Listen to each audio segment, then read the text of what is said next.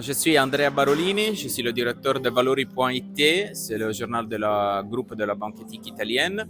Et on a ici avec nous aujourd'hui Hervé Kampf, qui est un journaliste, écrivain français, et qui est venu ici, jeune de Paris. Il nous a parlé de beaucoup de choses, il nous a parlé surtout de capitalisme et de la façon dont le capitalisme nous empêche de résoudre aujourd'hui la crise climatique.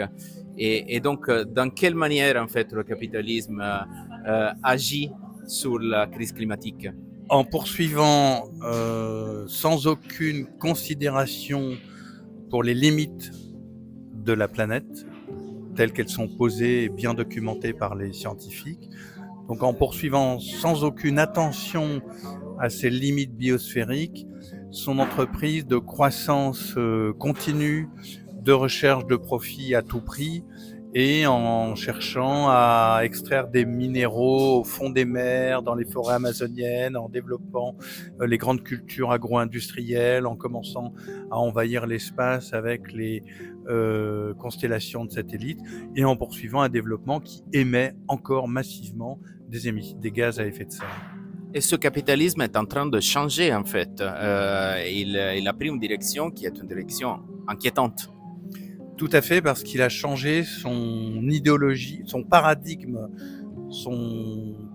depuis une dizaine d'années.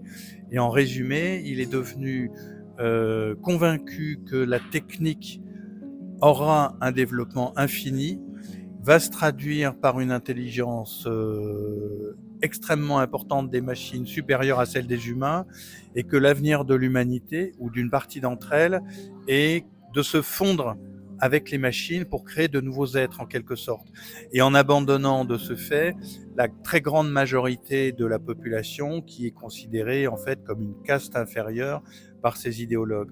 On a là une rupture totale avec l'humanisme qui est né à la Renaissance, en Europe, en Italie, en France, et avec l'universalisme des Lumières au XVIIIe siècle. On est vraiment en train de rentrer dans une société avec ce nouveau capitalisme d'apartheid entre ceux qui sont du bon côté et ceux qui seront soumis aux dégâts du changement climatique et de la destruction de la biodiversité.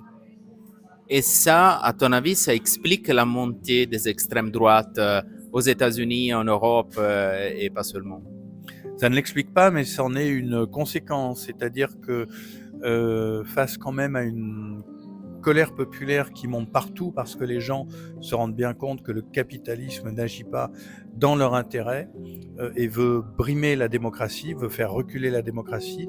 Les gens se révoltent, et la façon qu'ont les classes dirigeantes de résister à ça, c'est de passer une alliance avec l'extrême droite en disant on préfère le fascisme à la démocratie, on préfère le despotisme à la démocratie, et donc on se conjugue avec l'extrême droite en désignant à la colère du peuple un bouc émissaire qui est les émigrants, les étrangers, en disant votre problème n'est pas dû à l'excès des riches, à l'inégalité énorme qui existe, mais au fait qu'il y a des étrangers qui éventuellement viennent dans notre pays.